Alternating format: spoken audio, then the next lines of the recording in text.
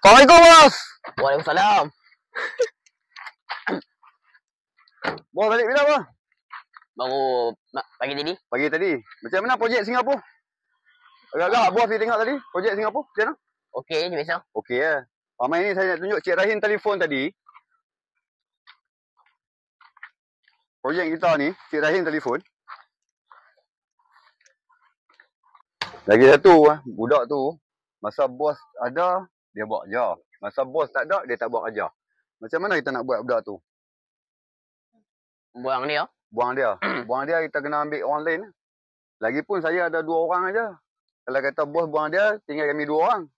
Kok mana pun bos kena ganti kat cari orang lagi. Budak tu bila dia bos ada, dia buat kerja kan. Dia buat kerja buat ni. Bila bos start kereta api, memang dia berlakon semata-mata bos. Oh.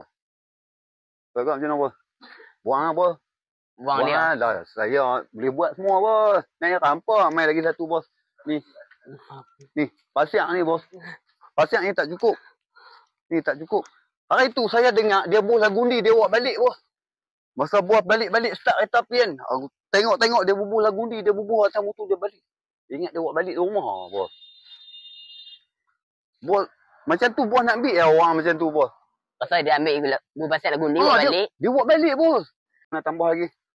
No? Oh, nanti ni tambah lain belakang. Okey, tak apa mengarik ni. Bos nak balik nak pi mayang kan?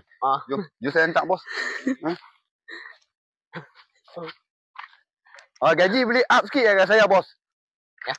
Gaji duit boleh up sikit lah gaji saya. Boleh up. Boleh budak tu kita buang bos. Mampus pergi bos. Buat mana? Dia bila tak ada bos, dia tak buat kerja bos. Kau bos. Tunggu.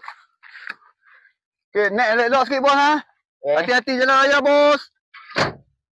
Okey, makasih bos.